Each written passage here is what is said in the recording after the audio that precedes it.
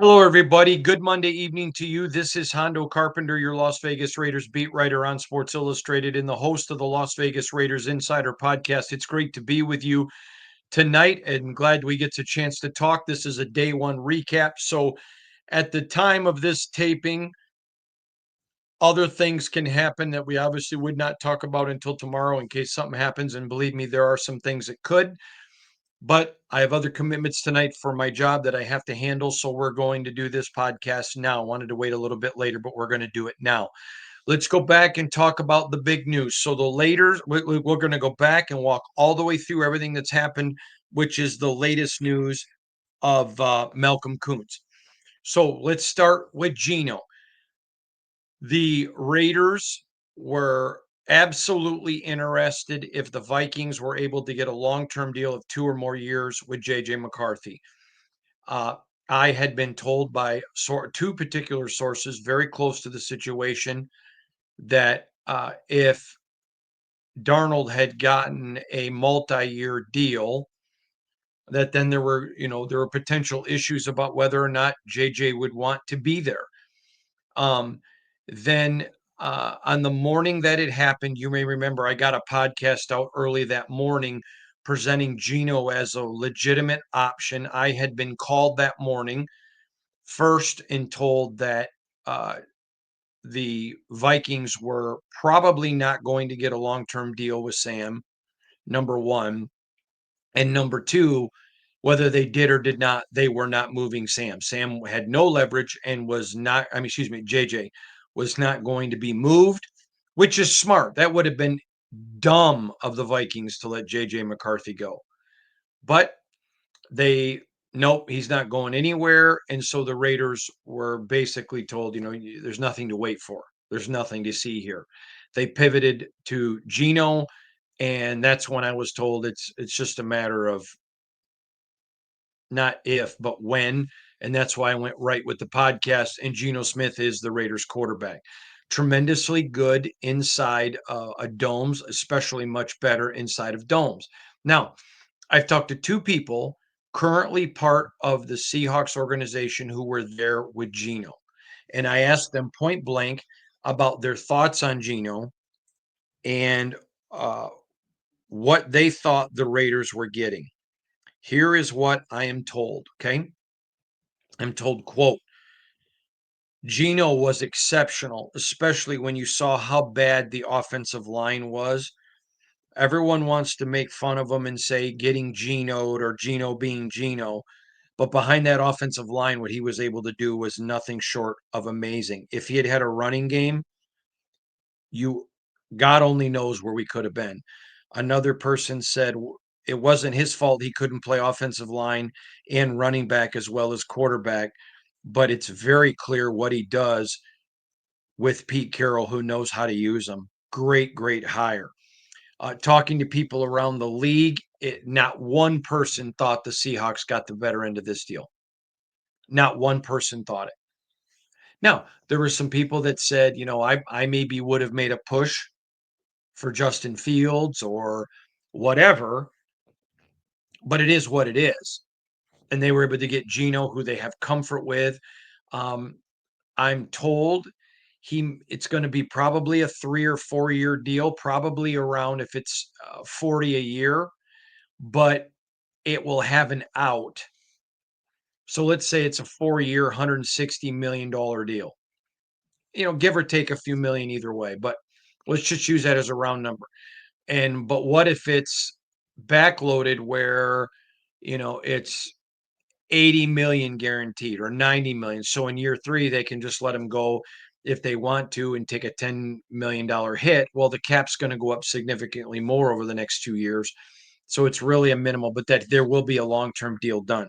So good job by the Raiders getting Geno. I have no problem with this. I've been telling you all along. They wanted to do a trade. In fact, I'm the one that broke that story, as you may remember, that they wanted to do a trade at the owners' meeting before the year was even over, and they were able to get that done.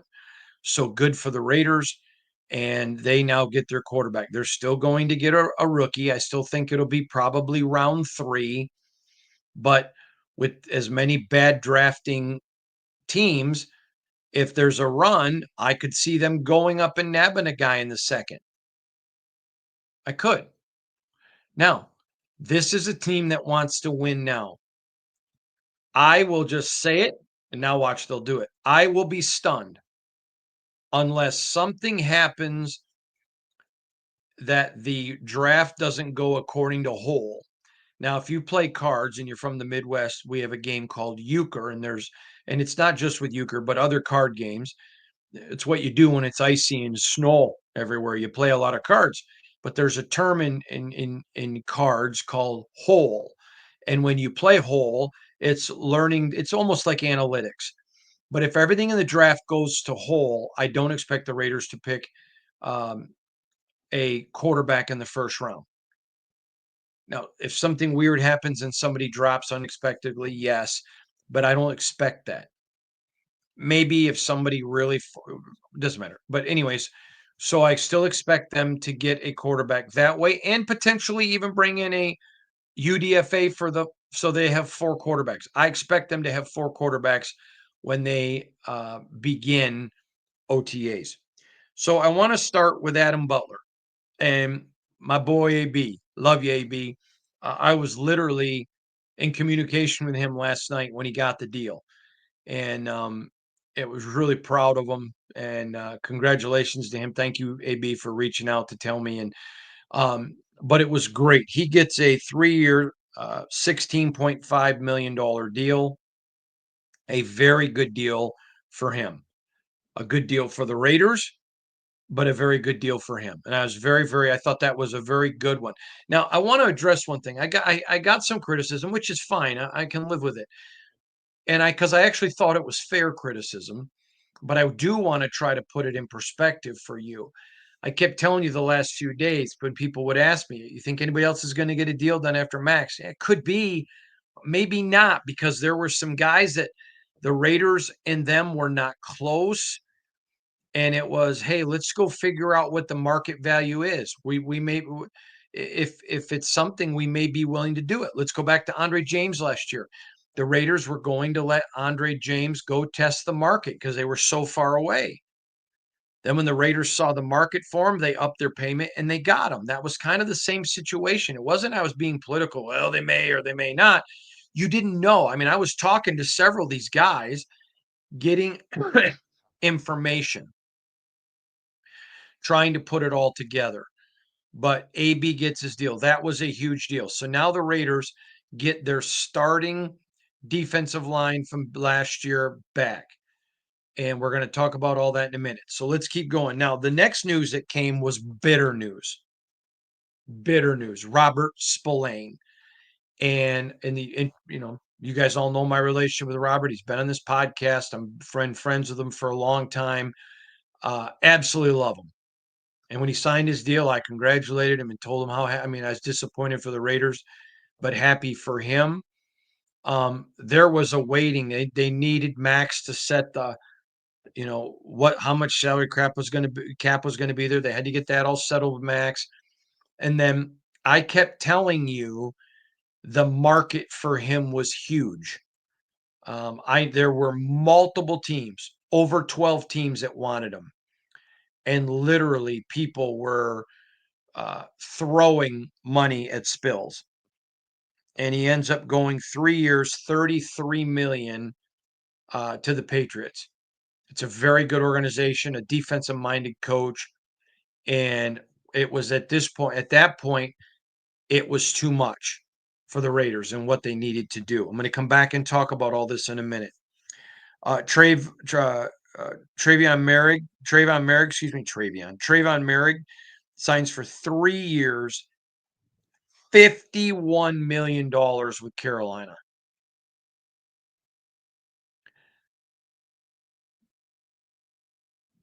There, I'm not going to read you the text because first of all, I wouldn't. It's a family program, but it stunned the NFL. He got that much money. There were two teams a lot of teams were interested, but the bidding got way too high. And there was one team that was kind of interested, but nowhere near that kind of money. And Trayvon's agents were phenomenal and got him a massive deal with Carolina.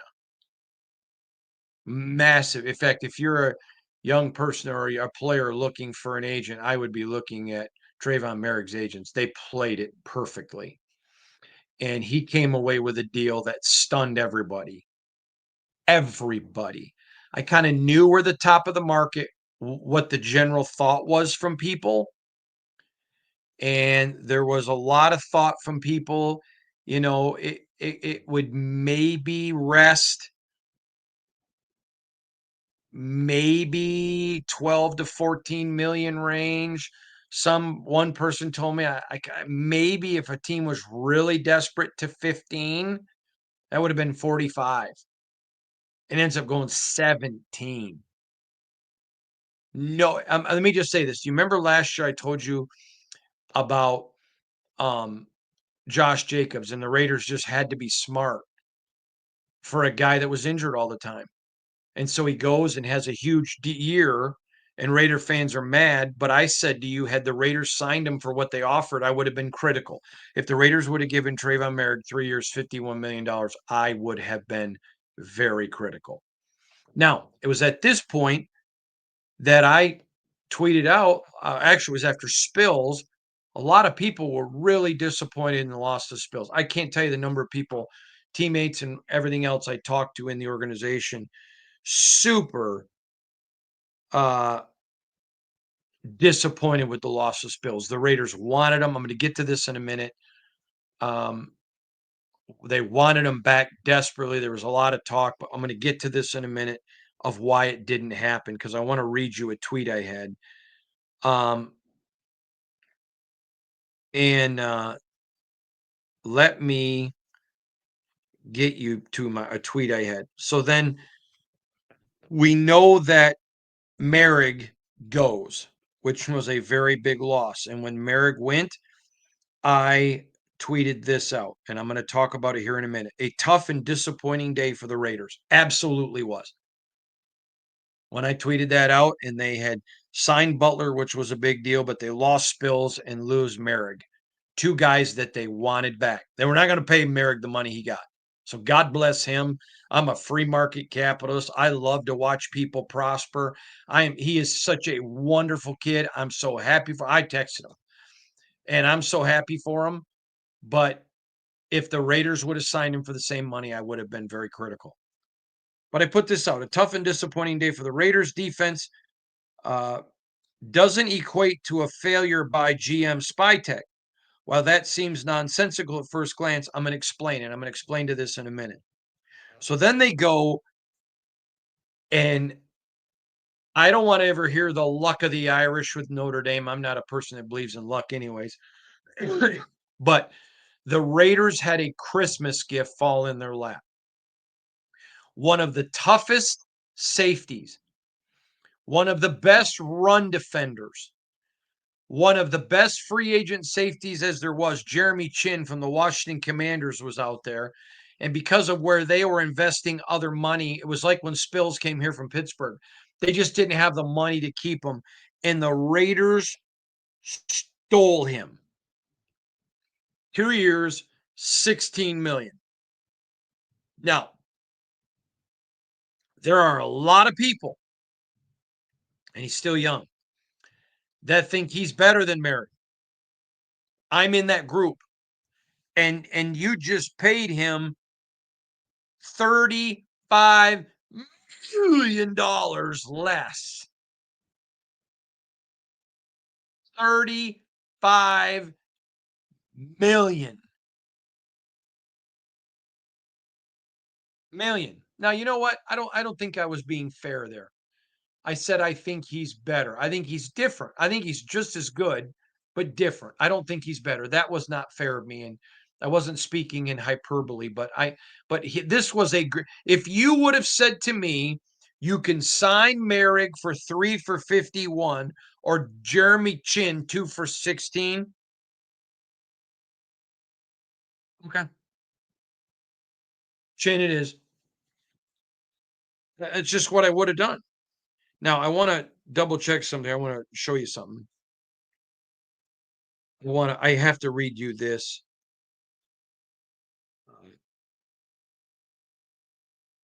I have to read this to you.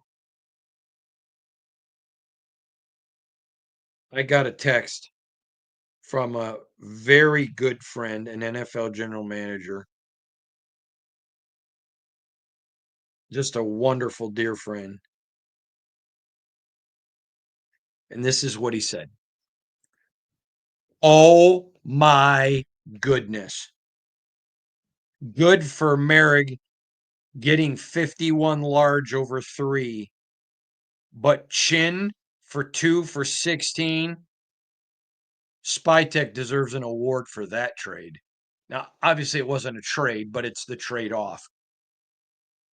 Absolute. This to me was a wash. Spills, huge loss. There is no other way to get around this. Now, y'all know I love Tommy freaking Eichenberg. Okay. But he's a second year guy that didn't play a ton last year. Do I think he can play middle linebacker in this league? I sure as shooting do. Do I think he's ready right now? No, I do not. But welcome to the National Football League. Merry Christmas. And I still think they're going to address it, so don't get me wrong. But he's not Spills.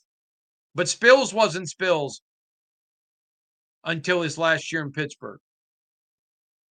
But the after Merrig and then, getting Chinn, and I'm going to address all this in a minute. Then they lose Nate Hobbs. 4 years, $48 million to Green Bay. First, everyone knows how much I like Nate. Just precious kid. I just love Nate. He's a great kid. And I'm so happy for him. But it goes back to the same thing that you have to deal with Nate. Not healthy. Now, Trayvon Merrick didn't have the health issues like Josh Jacobs, but it still would have been too big a deal for him. Nate Hobbs absolutely had the health issues. And I told you there were teams in the NFL, and Green Bay was one of them. They rolled the dice last year with Josh Jacobs, thinking, "Hey, we think he's had injury issues, but we think it could be strength and conditioning." And he went there and didn't have them. They feel the same way about Nate Hobbs. When he's healthy, he's the best nickel corner. But if you're the Raiders with your present situation and the guy's been injured every year, you can't sensibly, when you run a franchise the right way where you are investors and not gamblers, you can't give him 4 for 48.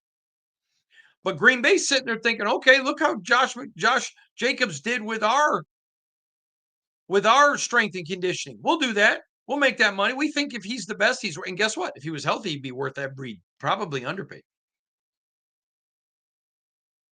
So if they go there and their strength and conditioning keeps him healthy, it was a great move by them.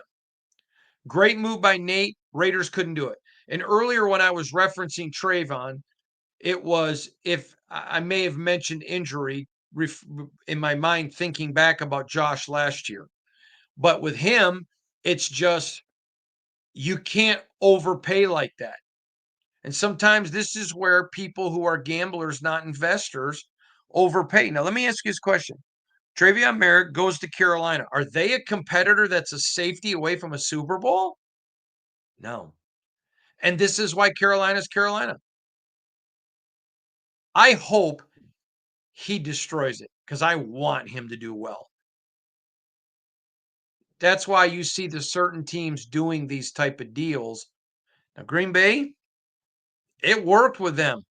And if Nate goes there and stays healthy, well, it tells you everything you need to know. But this last one I want to talk about was Malcolm Koonce. signs a 1-year prove-it deal for $12 million. Now, I've been telling you for months, the previous regime, Telesco, was going to give him a 1-year deal, a prove-it deal. Just show us. You've been here 4 years, 3.5 of them, you either hardly played or you were injured. A half a year, you were great. Just come prove us you're healthy. Everybody believes he is, by the way. Not one person in the organization told me they have any concerns. And that's from coaches to management to players. Not one person said they're even remotely concerned. But come show us. 1-year deal. Now, I was told, and I've not confirmed this with Malcolm, nor have I confirmed it. We'll leave it there. I was told that there were teams that were going to give him a multi-year deal. The question was going to be, how did they structure it? Would the Raiders step up? Or would the Raiders hold the line at a 1-year prove it, but knew he wanted to be here with the assurances of, you take care of your business, we're going to reward you. He proved he wanted to be here. He could have went other places for a much different contract. But he wanted to be in the desert. He wanted to be with Robbie Leonard. He wanted to be with Patrick Graham. He wanted to be with Adam Butler. He wanted to be with Tyree. He wanted to be with Christian. He wanted to be with Max. He wanted to be with, I think I said Robbie and Patrick. He wanted to be here with Mark Davis. He wanted to be part of this team. And he's back. I am going to be blunt. I just thought there were going to be some teams waving some bucks and years in front of him that, for a guy that's been in the league 4 years, but 3.5 of them have not really been productive, would have been so tempted. This young man showed massive discipline. This is a young man that comes from a great family. This is a young man who has great agents who said, listen, don't be afraid to bet on yourself. Listen, Kirk Cousins has made hundreds of millions of dollars in this league, and everyone knows I know Kirk.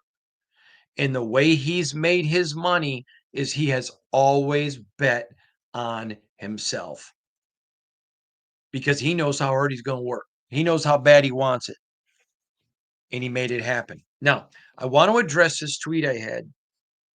I want to go back to it where I talk about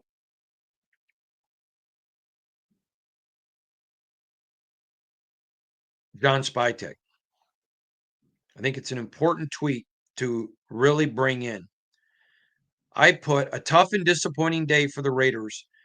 For the Raiders defense, doesn't equate to a failure by Spytek. While that seems nonsensical in first glance, it won't. It won't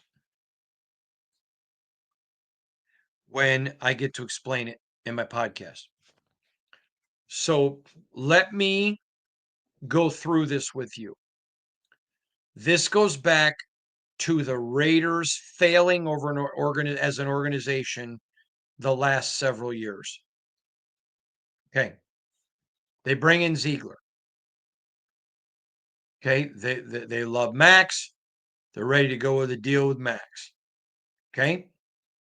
Last year, they're there. And I know that their plan was after AP, well, obviously they didn't know AP would be there, but after the season 23 with AP, the plan was to do something with Max. Okay. But they get fired. Now Champ Kelly's there. And it's kind of a holding pattern. Okay. Why? Because they don't know who the new GM is going to be. Is it going to be Champ? Then they go get Telesco. Okay. Now Telesco understands there's a new owner, minority owner coming who has a voice. And it's okay, let's wait and see how this year goes. And then we'll put something together for Max. You may remember he got a little something last offseason. And then they get fired. And then Champ Kelly gets fired again. So then Spytek comes in late to the party. Okay. Good teams would have done what Ziegler was going to do, and a year ago, given Max his money, probably would have got him for somewhere 28 to 30, somewhere in there. Okay. Instead, they end up setting the market, highest paid non quarterback in the NFL at 35 this year. Okay. They didn't have to overpay. I think Max is worth every dime. But if they'd redone it when they should have, when good teams would have, they would have saved a bundle of money. But they didn't, because they're just in constant upheaval. And then that took time. And then they're trying to go through deals. So here is Spytek behind the eight ball. You know, he's been with the Tampa Bay Bucks. He's trying to evaluate guys, really trying to figure out guys' value, learn what is their role in this franchise. Okay, losing Spills is a crusher. There's no way to get around it. But Merrick, it hurts, but he would know. But the Raiders aren't being run like the Carolina Panthers. They weren't going to give him that money, and they should not have. So disappointing, yes. Understandable, for sure. Understandable for Merrick and understandable for the Raiders. That's why it was disappointing, but it wasn't a failure sitting on Spytek. This is a failure. This is why he's here.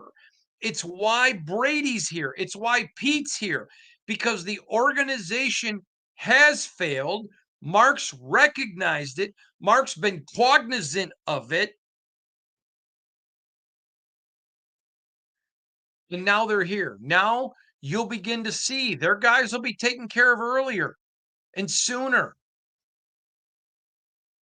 And sooner. So you don't get in these situations where you're having to pay max money. Max meaning maximum and max meaning Crosby. Where you're constantly staying ahead of the curve. Paying guys early rather than paying them late. Look, how would you like to be sitting here and you are the Dallas Cowboys and you've waited now. So now Myles Garrett has gone. He's at 40 mil. He's making 5 mil a year more than Max. Now Max is an absolute, because I think Max is better than Myles. And I love Myles Garrett as a player. Don't know him as a person. Love him as a player. Okay. But I think Max is better. And you're getting him for 5 large less. Okay. Then how'd you like to be the Bengals, which in my opinion are the worst run franchise in the NFL? Worst. And that's saying a lot considering the Arizona Cardinals are part of this. And you got Trey Hendrickson, Jamar Chase, T. Higgins, all wanting that kind of money? Well, shoot this thing.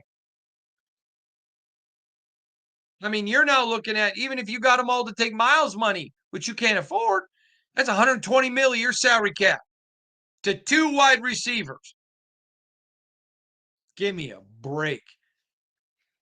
So here is the deal. It was a disappointing day for the defense losing Merrick, but it's a wash because you get Jeremy Chinn. Losing Spills hurts. But is there anybody that isn't going to give them the listen? I know John Spytek for 20 years. When he was a wet behind the ears kid, you know that old saying when you're a kid and your mom would say, "Did you wash your ears? Did you dry your ears?" That's a saying where I'm from in the Midwest. That guy's wet behind the ears. I mean, he's young. I knew him when he was just a whippersnapper, an intern, and he impressed everybody with his analytics and ability. I watched him in his massive contributions to the Buccaneers. I know people inside the Buccaneers that said the general manager really let John do most of it. Great evaluator of talent. Did it hurt to lose Spills? Yes. But guess what? Last year, Ziegler would have extended Spills. Just like he would have Max. I know that factually. That was the plan. If he continued to perform, going to do it. Why? Because you You give them their deals early. You save money. It blesses them because they get their money early, but they don't get as much. But it gives the franchise more room.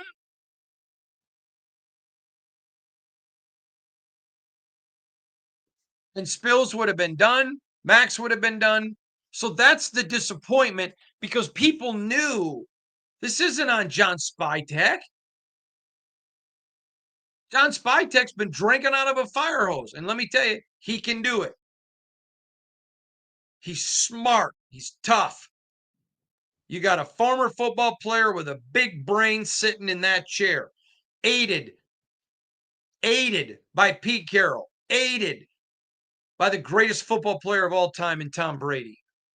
So it was a disappointing day for the Raiders from that standpoint, especially Spills. Not really disappointing after that with Merrick, but it was sensical. It made sense why it was disappointing. If we were sitting here and Spytek had been here 3 years, oh man, I'd be eating his lunch. But that's a whole deal. In 3 years, based on the track record in the 6 years I've covered him, there may be somebody new. Which, I mean, odds are. But if he's here, we're not going to be having these conversations. They should have done the long-term deal earlier. They waited. No, they're going to take care of their business. So what you saw was the Raiders were smart. We're not going to be stupid. Yep, it hurts us to lose Spills. And because of the situation, he got to free agency, and there was just money that we just couldn't compete with. God bless you, Spills. Would have loved to have kept you. And I'm thinking from their voice, not mine. Would have loved to have kept you. Although I say God bless you, Spills. Would have loved to see you stay because he's my buddy. But from their standpoint, God bless you, Spills. Love you. If it had been a year later, this wouldn't have happened. But it wasn't a year later. And this is where that time it took to find a coach, that time it took to find a GM, just put them behind the 8 ball. That's not on Spytek. That's on an organization that has really struggled for a long time. And this is to his credit what Mark Davis knew, saw, and recognized and said, got to fix it. Disappointing to lose Spills, yes. Disappointing on the trade for Chinn or Merrick, no. Disappointing on the loss of Hobbs, great kid, best nickel corner in the NFL when he's healthy, but your best ability is availability, and it hasn't been there. So no, you can be disappointed because he's a great guy, but not for that money. Just wouldn't have made sense. I'm going to share something with you. This is a bottle of water. I think it's from Costco or Sam's. Okay. When you go to Costco or Sam's and buy them by the case, they're about 45 cents, 43 cents. If you stop at a gas station, they're $2. If you're going through to a movie theater, they're $5. Some places much higher. But you're in an airport. I was in an airport, and it's $10. Same water. So what is the difference in value? Location. See, some of you, and I'm just going to say this for just a minute. Some of you may be going through some bad times in your life, and you feel like a 43-cent bottle of water. Well, it's because of your location. Just keep moving forward. Just keep moving. Don't you quit. You keep moving forward. Because eventually you keep going moving forward, you keep going progress, and pretty soon you watch your value. All of a sudden now, some of you have been hanging around with the wrong people who see you as a 43-cent bottle of water, but you need to get around some folk that see you as a $10 bottle of water, that see you for who you can be and for who you are. Okay? And when you look at this Raiders team, they are investors. They're not gamblers. They're not going to wage the future. They believe they're going to be competitive. They're already better at quarterback. They're already better on coaching staff. They're going to have a lot of guys back from injury. You just upgraded at safety with Chinn, or certainly a wash.